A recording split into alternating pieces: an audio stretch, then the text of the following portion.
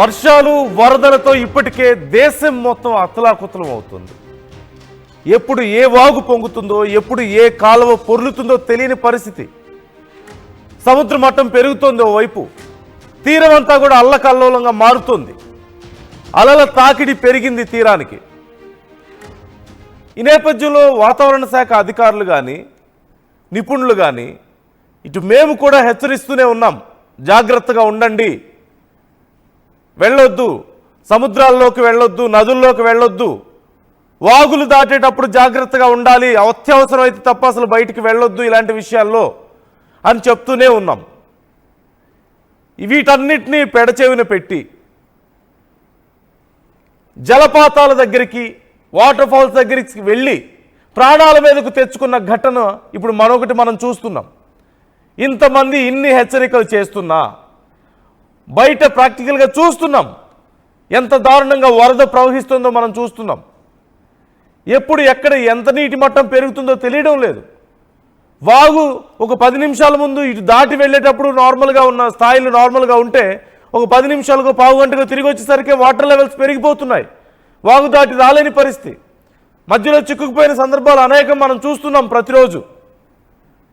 ఇలాంటప్పుడు మరీ ముఖ్యంగా అడవుల్లోకో కొండల్లోకో ఇలా జలాశయాలు జలపాతాల దగ్గరికి వెళ్ళేటప్పుడు ఇంకెంత జాగ్రత్తగా ఉండాలి.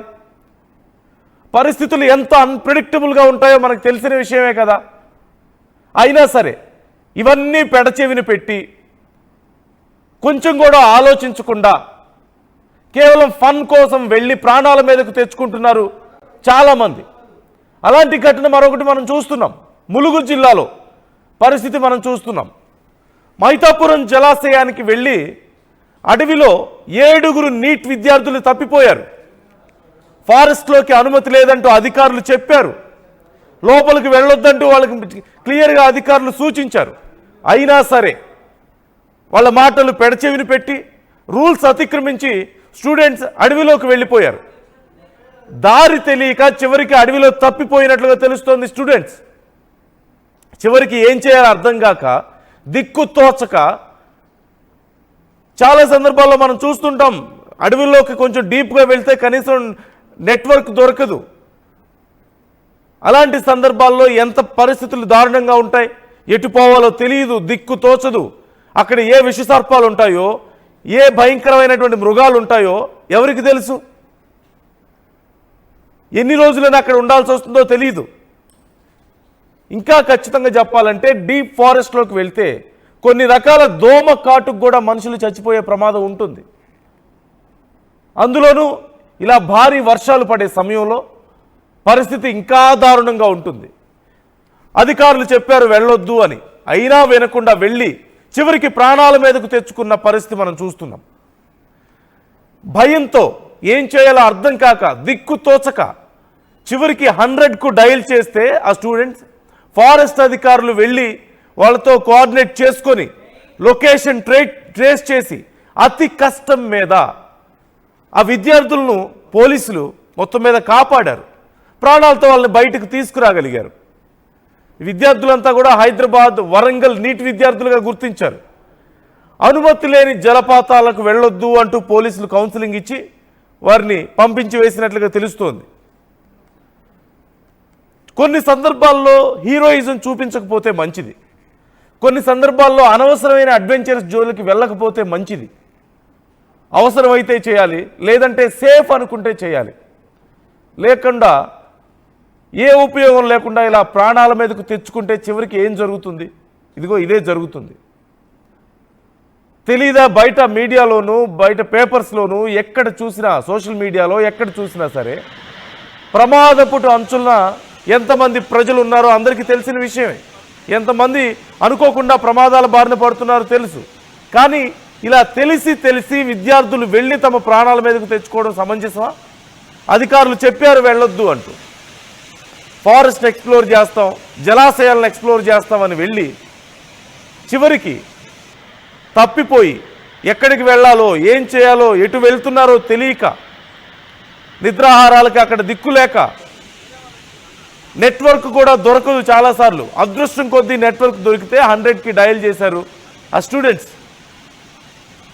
చివరికి పోలీసులు అలర్ట్ అయ్యి కోఆర్డినేట్ చేసుకొని వాళ్ళ లొకేషన్ ట్రేస్ చేసి వాళ్ళు బయటికి తీసుకురాగలిగారు. కానీ కొద్దిపాటి తేడా, డీప్ ఫారెస్ట్లోకి వెళ్ళిన తర్వాత నెట్వర్క్ లేకపోతే ఏంటి పరిస్థితి? ఎటు పోవాలో తెలియక, ఎలా బ్రతకాలో అడవుల్లో తెలియక, అక్కడ విష సర్పాలు, విష కీటకాలు, అడవి మృగాల మధ్యలో ఎలా బ్రతుకుతారు? ఎన్ని రోజులని సర్వే అవ్వగలుగుతారు? బేసిక్ సైన్స్ కూడా సహజంగా ఐడియా ఉండదు అడవుల్లో సర్వే అవ్వడానికి కామన్ పీపుల్కి. ఖచ్చితంగా ఇలాంటి అడ్వెంచర్స్, ప్రాణాల మీదకు తెచ్చుకునే అడ్వెంచర్స్ చేయకపోతే మంచిది. అందులోనూ మరీ ముఖ్యంగా ఈ వర్షాకాలంలో భారీ వర్షాలు పడుతున్నప్పుడు జలాశయాలు, అడవులను ఎక్స్ప్లోర్ చేయడం అనేది కోరి కోరి ప్రాణాల మీదకు తెచ్చుకున్నట్లే అవుతుంది. మరింత జాగ్రత్తగా ఉండాలి. విద్యార్థులందరూ కూడా హైదరాబాద్, వరంగల్ నీట్ విద్యార్థులుగా గుర్తించారు. అనుమతి లేని జలాశయాలకు వెళ్ళొద్దు అంటూ పోలీసులు హెచ్చరిస్తున్నారు. అనుమతి లేకుండా లిమిట్స్ దాటి ఫారెస్ట్లోకి వెళ్ళొద్దు అంటూ పోలీసులు హెచ్చరిస్తున్నారు. ఈ విషయాన్ని జాగ్రత్తగా పరిశీలించారు. ఒకసారి అక్కడ పరిస్థితి ఏంటో చూద్దాం.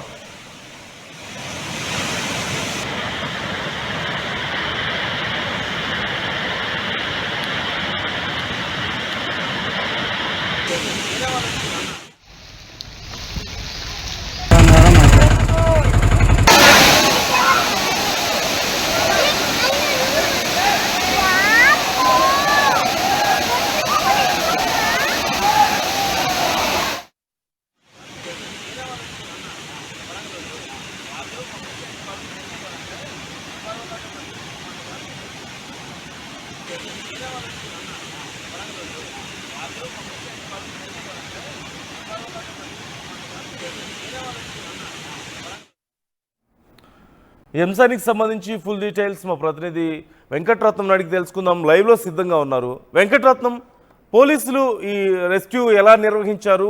అసలు విద్యార్థులకు ముందు వార్నింగ్ ఇచ్చినా వాళ్ళు లోపలికి వెళ్ళినట్లుగా తెలుస్తోంది. విద్యార్థులు ఏమన్నారు? జరిగినటువంటి మొత్తం ఘటనకు సంబంధించి ఎలా వాళ్ళని రెస్క్యూ చేయగలిగారు? అక్కడ పరిస్థితి ఏంటి?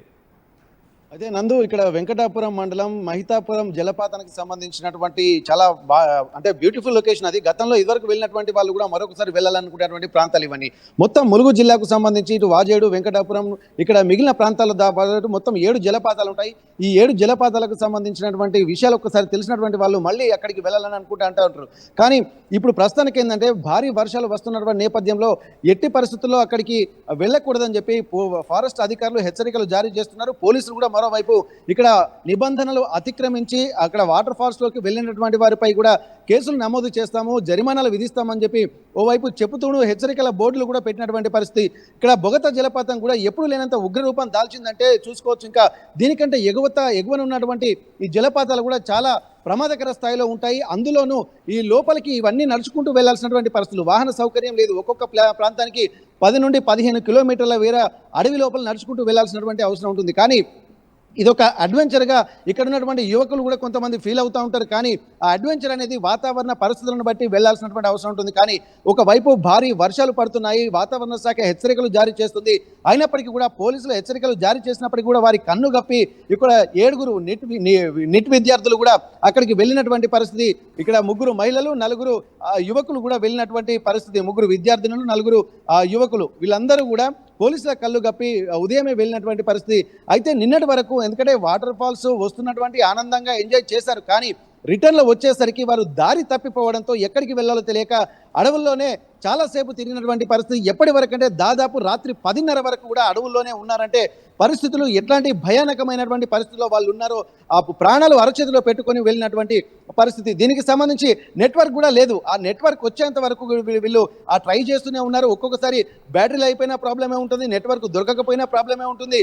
అంటే కొంత వేరే ప్లేస్కి వచ్చిన తర్వాత సిగ్నల్ రావడంతో వెంటనే 100కి కాల్ చేయడంతో పోలీసులు అలాగే ఈ ఫారెస్ట్ సిబ్బంది సహాయంతో ఆ లొకేషన్ ట్రేస్ చేసి రాత్రి రెస్క్యూ చేసి వీళ్ళ 7 ప్రాణాలను కాపాడినట్టుగా అనుకోవచ్చు. ఇది ఎందుకంటే ఇది అభయారణ్యంగా ఉంటుంది.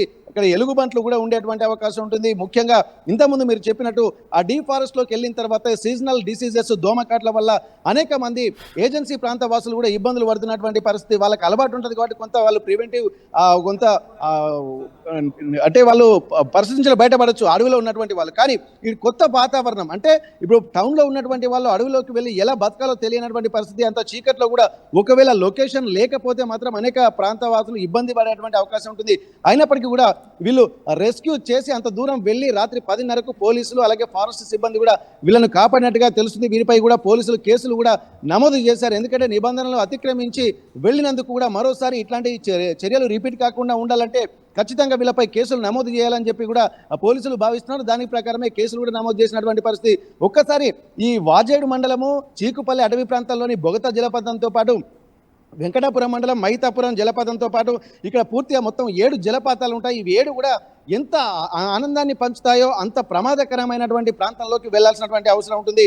ఇక్కడ ముత్యంధార జలపాతము, నూగురు రిజర్వ్ ఫారెస్ట్లోని గండం జలపాతము, ఇక్కడ మహితాపురం జలపాతము, కొంగాల జలపాతము, దూలపురం దగ్గర ఉన్నటువంటి దూసపాటి లొద్ది, అలాగే కృష్ణాపురం దగ్గర ఉన్నటువంటి బామనసరి జలపాతము, మొత్తం వీటన్నిటికీ కూడా సందర్శకులకు సంబంధించి కూడా అధికారులు హెచ్చరికలు జారీ చేసి ఇక్కడ పర్యాటకులను నిలిపివేశారు. దీన్ని దృష్టిలో పెట్టుకొని బొగతా జలపాతం అంటే ఇక్కడ దగ్గర టౌన్కి దగ్గరే ఉంటుంది, వాజేడు మండలం పక్కనే ఉంటుంది కాబట్టి కొంత వెళ్ళినా కానీ అక్కడ ప్రమాదకరంగా వాటర్ ఉంటున్నాయి కాబట్టి వాళ్ళు బోర్డులు పెట్టినటువంటి పరిస్థితి. కానీ ఇప్పుడున్నటువంటి పరిస్థితుల్లో ఎవరు వెళ్ళకూడదని చెప్పి అధికారులు చెప్తున్నప్పటికీ కూడా కొంతమంది యువకులు అత్యుత్సాహం ప్రదర్శించి ఇలా వెళ్ళి ప్రాణాల మీదకి తెచ్చుకుంటున్నటువంటి పరిస్థితి మనకు కనిపిస్తుంది.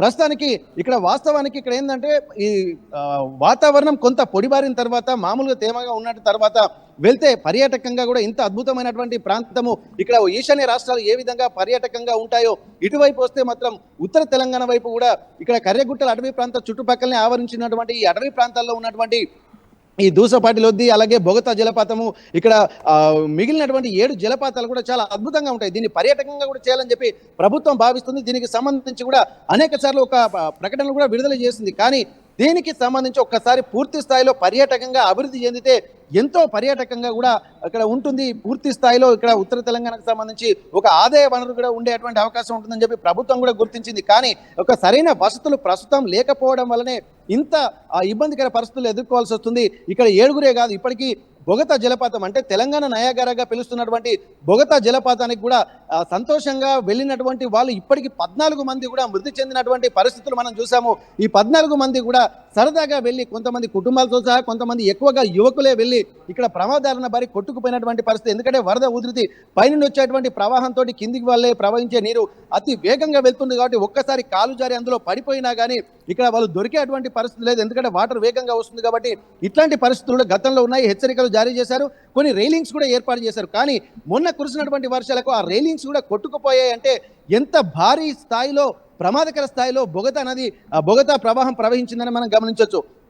ఇప్పుడు ఉన్నటువంటివి ఏంటంటే బొగతా ఇంకా కొద్దిగా తక్కువ ఎత్తులోనే ఉంటుంది. ఇప్పుడు మిగిలిన ముత్యంధార అలాగే కొంగర జలపాతం ఇవన్నీ కూడా చాలా ఎత్తు నుండి ప్రవహించేటువంటి ఆ పరిస్థితి. కొన్ని ప్రాంతాలు ఏంటంటే గుండం జలపాతం ఏంటంటే ఒకసారి వాటర్ ఫాల్ చేసిన తర్వాత లోతుగా ఉంటుంది.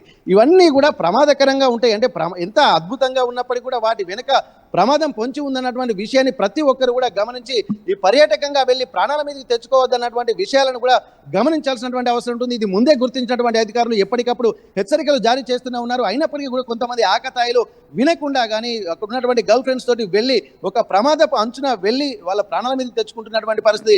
ఇది కుటుంబాల్లో విషాద ఛాయలు నింపేటువంటి పరిస్థితి. కానీ ఇప్పటి వరకు ఆ కుటుంబ సభ్యులకు కూడా పోలీసులు ఫోన్ చేసి మీ పిల్లలు ఇట్లా ప్రవర్తిస్తున్నారు, ఇక్కడ ప్రమాదకరమైనటువంటి ప్రాంతాల్లోకి ఎవరు నిషేధిత ప్రాంతాల్లోకి వెళ్ళి ఇట్లా సమస్యలు సృష్టిస్తున్నారని చెప్పి ఈ 7 కుటుంబ సభ్యులు ఎవరున్నారో వాళ్ళ తల్లిదండ్రులకు కూడా పోలీసులు ఫోన్ చేసి హెచ్చరికలు కూడా జారీ చేశారు. మరోసారి ఇటువంటివి రిపీట్ అయితే మాత్రం చాలా కఠినమైన చర్యలు తీసుకోవాల్సి వస్తుందని చెప్పి ఇక్కడ పోలీస్ అధికారులు అలాగే ఫారెస్ట్ అధికారులు కూడా చెప్పినటువంటి పరిస్థితి. ఎందుకంటే వీరిని చూసి వీళ్ళు సోషల్ పోస్టులలో ఆ సోషల్కి సంబంధించిన సోషల్ మీడియాలో ఆ పోస్టులు పెడతా ఉంటారు. అవి పెట్టిన తర్వాత మిగిలినటువంటి వాళ్ళు చూసి అత్యుత్సాహంగా తాము కూడా అడ్వెంచర్ చేయాలన్నటువంటి ఒక ఆలోచనలు కూడా తెరతీస్తుంటారు. కానీ అది ఆ నిషేధిత టైంలో వెళ్ళడం అనేది కూడా చాలా గమనించాల్సినటువంటి అవసరం ఉంటుంది. కానీ ఇక్కడ ఆ సాహసం చేయరా డింబక అన్నటువంటి ఆలోచనలు కూడా కొంతమంది యువకుల్ని అత్యుత్సాహం వైపు ప్రదర్శింపజేస్తూ ఉంటాయి. ఇవన్నీ కూడా ప్రాణాల మీద తీసుకొస్తున్నటువంటి పర్యాటక రంగం ఏమో కానీ ప్రాణాల మీదకి వచ్చిన తర్వాత పూర్తిగా మూసివేయడం చేయడం వల్ల మిగిలిన వెళ్ళేటువంటి పర్యాటకులు జాగ్రత్తలు తీసుకోవాల్సినటువంటి పర్యాటకులు కూడా వెళ్లకుండా చేసేటువంటి పరిస్థితులకు వీళ్ళు ప్రధాన కారణంగా అయ్యేటువంటి అవకాశం ఉంటుంది. కాబట్టి కొంత ఆకతాయిలు కానీ అలాగే కొంతమంది నిషేధిత టైంలో కానీ వెళ్లకుండా ఉండాల్సినటువంటి పరిస్థితులు ఉంటాయి. ఒకవేళ వెళ్ళినా కానీ ప్రివెంటివ్ మెజర్స్ కూడా తీసుకోవాలి. కానీ బయట ప్రాంతాల్లోకి వెళ్ళొచ్చు. కానీ ఇది డీప్ ఫారెస్ట్ కాబట్టి లోపలికి ఎన్ని ప్రివెంటివ్ మెజర్స్ తీసుకోపోయినా కానీ చీకటి అయిందంటే అక్కడ ఉండలేనటువంటి పరిస్థితి. రోడ్ల మీదకి వెళ్ళిన తర్వాత అక్కడ కొన్ని అడవి జంతువులు క్రూరమృగాలు కూడా ఉంటాయి. కాబట్టి అటువంటి వాటికి ఆ తెలియని ప్రాంతంలోకి వెళ్ళి ప్రమాదాల బారిన పడడం అనేది కూడా గమనించాల్సినటువంటి అవసరం ఉంటుంది. కానీ దీన్ని పర్యాటకంగా కూడా ఇప్పుడు బొగత జలపాతం కూడా గతంలో ఇట్లాంటి పరిస్థితులే ఎదుర్కొంది. కానీ క్రమక్రమంగా ప్రభుత్వం దీన్ని గుర్తించి పర్యాటకంగా కూడా దీన్ని డెవలప్ చేసిన తర్వాత కొన్ని లక్షల మంది కూడా ప్రతి వీకెండ్లలో వెళ్తూ ఉంటారు. వీకెండ్సే కాకుండా మిగిలినటువంటి ఉద్యోగస్తులు వీకెండ్స్లో వెళ్తూ ఉంటారు. మిగిలినటువంటి వాళ్ళు మాత్రం వారాంతం కూడా వెళ్తున్నటువంటి పరిస్థితి.